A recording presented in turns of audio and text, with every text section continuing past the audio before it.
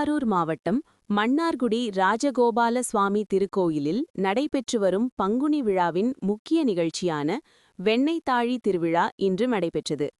தவழும் கண்ணனாக வந்த ராஜகோபால சுவாமி மீது வெண்ணெய் அடித்து பக்தர்கள் வழிபட்டனர். இக்கோயில் ஆண்டுதோறும் 18 நாள் பங்குனி திருவிழாவும் அதனைத் தொடர்ந்து 12 நாள் விடையாற்றி விழாவும் நடைபெறும்.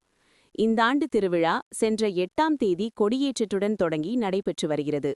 முக்கிய 16ஆம் நாள் திருவிழா வெண்ணெய் தாழி உற்சவம் நிகழ்ச்சி இன்று காலை 7:30 மணிக்கு துவங்கியது. சுவாமி நவநீத சேவையில் சிறப்பு அலங்காரத்தில் எழுந்தருளினார். கையில் வெண்ணெய் குடத்தை ஏந்தி தவழும் கண்ணனாக வந்த ராஜகோபாலனின் முன்பின் அலங்காரங்களைக் கண்டு பக்தர்கள் பக்தி பரவசத்துடன் தரிசனம் செய்தனர்.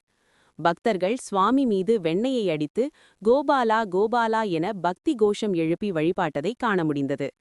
4 வீதிகள் மற்றும் கடைவீதி வழியாக மதியம் 12:30 மணிக்கு பந்தலடி வெண்ணெய்த்தாழி மண்டபம் சென்றடைவார். சுமார் 4 கிலோமீட்டர் தூரம் சுவாமி வீதியுலாவில் உள்ளூர் பக்தர்கள் மட்டுமல்லாமல் வெளி மாவட்ட வெளி மாநிலங்களைச் சேர்ந்த சுமார் 1 லட்சம் பேர் இந்த வெண்ணெய்த்தாழி திருவிழாவில் பங்கேற்றனர் என்றால் நகரம் முழுவதும் விழா கோலமாக உள்ளது.